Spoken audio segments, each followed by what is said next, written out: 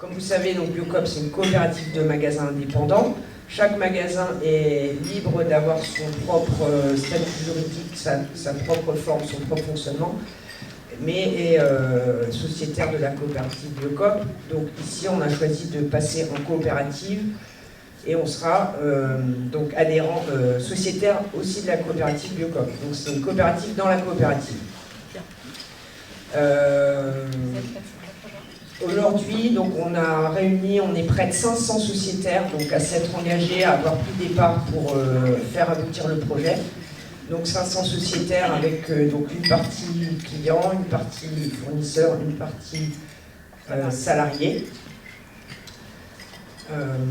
On est en cours d'organisation parce que forcément on passe sur d'autres modes de fonctionnement d'entreprise, même si on ne va pas tout révolutionner puisqu'il y a déjà beaucoup de choses qui fonctionnent et ce magasin fonctionne bien, on va dire, grâce aux clients fidèles et tout ce qu'on met en place aussi pour... à l'équipe et à la directrice. À tous les salariés, les fournisseurs qui travaillent d'arrache-pied tous les jours et les clients qui sont fidèles. Donc c'est ce qui fait aussi la réussite de l'aboutissement du projet et c'est aussi ce qui donne confiance en fait à aller de l'avant, c'est de se préparer à une plus forte résistance dans toutes les tempêtes qu'on aura affrontées qui ne dépendent pas que de nous, mais qui dépendent quand même de nous, c'est-à-dire l'environnement, tout ce qu'on n'a pas prévu qui va arriver dans les prochaines années, l'anticiper en soyant ensemble et en soyant plus fort et en pouvant réagir en conséquence. Donc c'est un peu ce qui motive le fait de passer en coopérative. On est persuadé que voilà, le modèle alternatif, c'est une solution d'entreprise pour résister au monde de l'entreprise, qui n'est pas toujours facile. Moi j'ai une petite question. Oui, une question. J'ai vu beaucoup de Biocoop dans ma vie. Oui. Je suis fidèle de Biocoop. Mais j'avais jamais vu une salle comme ça de réunion dans un Biocoop. Ah oui. Merci Agnès. Merci. Alors cette Je voudrais savoir ce salle, que vous y faites. on y fait. Alors dans cette salle, c'est une salle un peu tiers-lieu qui Mais c'est intégré au magasin. oui, C'est okay. C'est Oui. C'est votre géré salle. par le magasin aujourd'hui. Et c'est le donc, même bail. voilà. Mais c'était un choix dès le départ de proposer un lieu Oui. super. Oui. Voilà, il s'y passe du yoga, comme des ciné-débats, comme des réunions d'associations, comme qui est des fidèle à nos baltrades, valeurs. comme des concerts, comme des expos, marchés, des AG d'associations militantes, des formations qui ressemblent à ce qu'on défend tous les jours. Voilà, donc C'est super. voilà. Et en tant qu'association, souvent on vient ici et la salle nous est offerte gracieusement. Souvent. Et vous avez Elle est mise à disposition avec une participation en conscience en fonction des gens qui l'utilisent et des moyens de la structure qui les utilise. Voilà. Non mais c'est précieux. Très reconnaissant. C'est précieux. Bon bah c'est mon rêve d'avoir ça chez moi. Maintenant je vais leur dire à Biocoop. Est-ce qu'il y a d'autres questions? Est-ce que cette salle, est-ce que la société, dans la société qui arrive, là, va continuer à permettre cette location de salle? On veut des engagements là ce soir. Vous êtes sociétaire ou pas? Dis peut-être. Non, puisque... Ah, va falloir. En fait, c'est pas moi seul qui décide, on est un collectif. Très bien. On s'en bien. Prenez Et, les pas pour vous faire et- bien voir. Non, en fait, ça donne pas, c'est pas un passe-droit de tourner part, ni pour un salarié, ni pour un fournisseur, ni pour un client. Et la salle, oui, en tout cas, il continuera à s'y passer des choses puisqu'elle fait partie du bail qu'on reprend aussi. Donc après, les événements qui s'y passeront, ils seront décidés en collectif et il y aura une ligne de mire, en tout cas, sur les événements qu'on accueillera et les structures qu'on accueillera. Mais elle sera toujours à but d'être utilisée. Marie qui pourra revenir. C'est ça. En tous Les cas, 50 ans privés, tout ça, on ne fait pas en fait. On a stoppé les départs. Pas les mariages. Voilà, même si vous avez une part, vous ne pouvez pas prendre la salle Les pour fêter 38 vos ans. 20 ans, 30 ans, 40 ans, 50 ans. En tous les cas, cette salle a permis à un moment donné, pendant le Covid notamment, où tout était bloqué par ailleurs. Eh bien, la création, les villes plus. la création, enfin la survie de l'activité, parce qu'en fait, elle a été, maintenant on peut le dire, il y a un délai de prescription. Elle a été ouverte. Qu'est-ce que vous avez fait dedans? Tout On a ce qui fait n'était pas autorisé. tout ce qui était... Parce que c'était privé. Et voilà. Je pense notamment à l'association qui maintenant s'appelle À tout cœur, à tout cher, cher à tout cœur, et qui développe aussi toutes ces alternatives du mieux-être et du mieux-vivre en collectif. Super. C'est ça? Bravo, cher à tout cœur. D'abord, je voulais remercier les organisateurs d'inviter le mouvement de la paix, comité du Cher. Et je peux même dire pourquoi on a dit oui. On a dit oui parce qu'on vient de faire notre AG. Et on a dit, là quand même, il va falloir se mettre sur les rangs pour que la paix, elle soit à l'ordre du jour des Européennes. Même au-delà et même avant, il faudrait qu'elle soit à l'ordre du jour. Mais voilà. Et donc, voilà la raison pour laquelle je suis là. Alors, comme le temps est imparti, qu'est-ce que je voulais vous dire d'autre là tout de suite? Je voulais vous dire qu'en tant qu'association alternative et indépendante, nous on pense que la non-violence et la paix, ça devrait être notre culture commune pour tous les citoyens et tous les peuples de la planète. Ça devrait être une priorité pour faire face aux grands défis d'aujourd'hui. Voilà. Pour nous, la culture de paix, c'est une alternative pour assurer la sécurité de tous les peuples, autrement que par la course aux armements et à la loi du plus fort. D'accord. Alors, je sais que beaucoup nous connaissent, mais beaucoup ne nous connaissent pas. Donc je fais juste un tout petit point d'histoire. Le mouvement de la paix, il est né au lendemain de la guerre. Laquelle? La deuxième, en 1948, sous l'impulsion de Charles Tillon.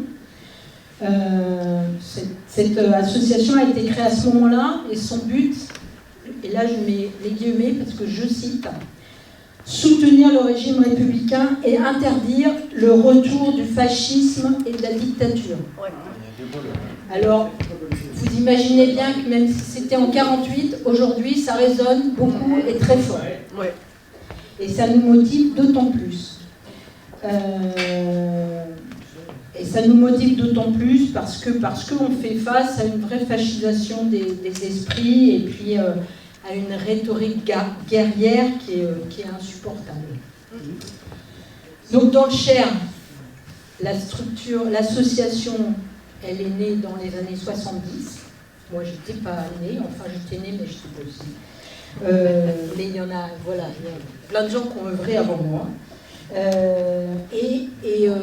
À l'échelle nationale et internationale, on est assez content d'avoir à notre actif, dans une action tout à fait partenariale, un certain nombre d'avancées. Je veux parler du soutien à la décolonisation. Là encore, ça résonne un peu en ce moment, parce qu'il y a encore des territoires qui sont colonisés de par le monde, au moins dans 2 endroits bien connus, la Palestine et l'Ukraine. Mais je pense notamment à la Palestine qui est dans une situation dramatique aujourd'hui. L'interdiction des armes biologiques, le traité contre le commerce des armes, le traité d'interdiction des armes nucléaires, où il y a encore du boulot, surtout en France, parce qu'on n'a toujours pas ratifié ce traité. Et puis la formalisation très claire au début du XXIe siècle de la culture de paix. Et cette culture de paix, depuis les années 2000, c'est une approche qui est pour nous un véritable outil d'analyse et un outil d'action. C'est une feuille de route. C'est une feuille de route parce qu'en fait, elle balaie 8 domaines essentiels qui font que quand on se préoccupe de ces 8 domaines, on est un peu plus sur le chemin, un chemin pacifié. Pour mémoire, ces 8 domaines, c'est l'éducation, le développement économique et social au service des humains, les droits de l'homme, enfin les droits humains, pardon, l'égalité homme-femme, les valeurs de coopération et de solidarité, la vie démocratique, bien sûr la sécurité commune, et puis l'information et la qualité de l'information. Et puisqu'on est le 20 janvier, et que c'est une journée particulière, j'ai envie de faire un clin d'œil, enfin plus qu'un clin d'œil, mais mettre un zoom, une lumière sur la situation de Julian Assange. Parce qu'on a droit à une information qui doit nous permettre de nous faire notre avis, notre opinion, et on n'a pas le droit d'interner ou de mettre des menaces de prison à perpétuité pour quelqu'un qui a juste fait son travail de citoyen pour éclairer les citoyens. Parce qu'aujourd'hui, il est en jugement, il y a un jugement, et en gros, on va savoir aujourd'hui ou demain s'il est extradé aux États-Unis après avoir vécu 7 années en Angleterre. Alors, ambassade de l'Équateur, puis prison aux abords de donc voilà, donc aujourd'hui ou demain, on croise encore les doigts pour qu'il ne soit pas extradé, parce que s'il est extradé, qui que ce soit qui reste, qui devienne président, c'est sûr qu'il a droit à 175 ans de prison à venir. Voilà. Donc là, j'ai balayé vite fait les domaines de la culture de paix. Donc je parlais des défis d'aujourd'hui. Pour nous, les défis d'aujourd'hui, c'est respecter les engagements du développement durable, avec les engagements que notre pays et tous les pays de l'ONU ont pris. Échéance 2030. Et comme toutes les choses qui devraient nous permettre d'avancer un peu sereinement, voilà, on est un petit peu à l'ouest. Donc moi j'ai envie, voilà, la culture de paix, les objectifs de développement durable, ça devrait être notre cap. Et pour raisonner avec ces affaires onusiennes, puisque ce sont des affaires de l'Organisation des Nations Unies, je vais juste citer ce que disait la directrice générale adjointe de l'Organisation de l'ONU pour l'alimentation et l'agriculture. Selon le rapport mondial 2023 sur les crises alimentaires, les principaux facteurs de l'insécurité alimentaire et de la faim dans le monde sont les conflits et le changement climatique. Si je cite ça, c'est tout à fait à dessein.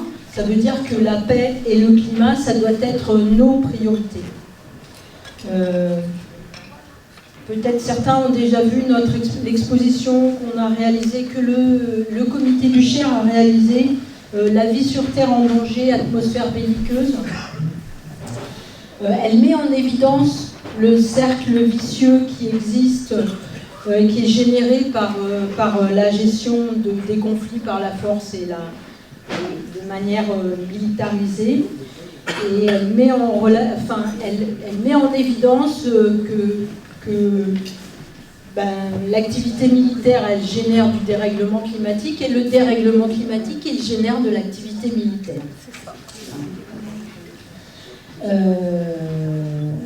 Voilà. Alors, je sais que juste derrière moi, il y a Françoise qui va parler au nom derrière ou un peu plus tard, qu'importe, mais de sortir du nucléaire. Alors, pour ce qui est du mouvement de la paix, pour le moment, il y a unanimité sur l'idée sur l'interdiction de l'arme nucléaire. On n'est pas encore sur le nucléaire civil, on n'est pas encore tous d'accord. Voilà.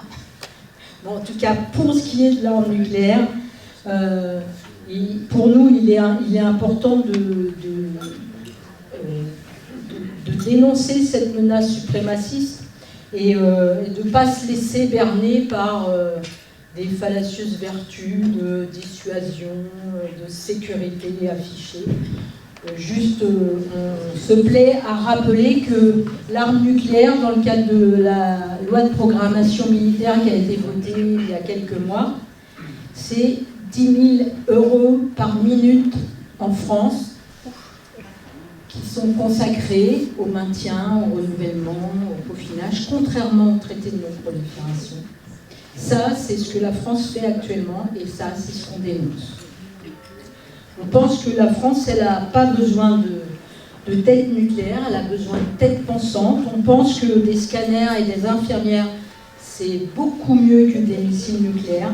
On pense que le bon service public dans tous les domaines de la santé, de l'éducation ou du ferroviaire, c'est beaucoup mieux que des sous-marins nucléaires. Voilà. Pour donner une approche autour de la question européenne, pour nous, l'Europe, elle doit s'émanciper de l'emprise états-unienne via l'OTAN, l'Organisation transatlantique Nord. Elle doit sortir des logiques de force et de domination pour recourir à une véritable logique de sécurité commune. C'est bientôt l'heure et j'ai bientôt fini m'arrêter, ça tombe bien. Hein. Sauf qu'après, elle est menaçante. Ouais. On l'a fait tout à l'heure. Donc la sécurité commune dans le respect des droits humains, c'est ça l'essentiel. Et donc pour nous, la France et l'Europe, elles doivent garder le cap sur le droit international qui est issu de l'Organisation des Nations Unies pour répondre à l'aspiration qui est très majoritaire des citoyens et des peuples sur cette terre. Et bien sûr que ce n'est pas les gens qui sont majoritaires qui gagnent là, mais c'est ça qu'on veut défendre. Voilà. L'ONU et pas l'OTAN. C'est gai et méchant, c'est ravi et choquant. Nous ne voulons plus de guerre, nous ne voulons plus de sang. À des armes nucléaires, à la course au géant. Dans tous les peuples frères, ils emporteront la paix sur la terre.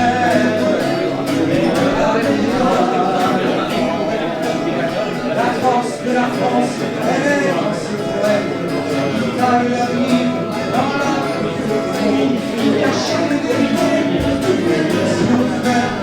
vous ne pouvez pas le chant. Nous ne voulons plus de guerre, nous ne voulons plus de sang. Halte aux armes nucléaires, halte à la course au néant. Devant tous les peuples frères, qui s'emporteront garants. Déclarons la paix sur terre, et les admirants. La force de la France, elle sera immense, défiant à jamais et l'espace et le temps. Le jour où j'entendrai reprendre ma romance dans la réalité de la foule chantant. Nous ne voulons plus de guerre, nous ne voulons plus de sang. Halte aux armes nucléaires, halte à la course au néant. Dans tous les peuples frères, qui s'emporteront garants. Déclarons la paix sur terre, souverainement.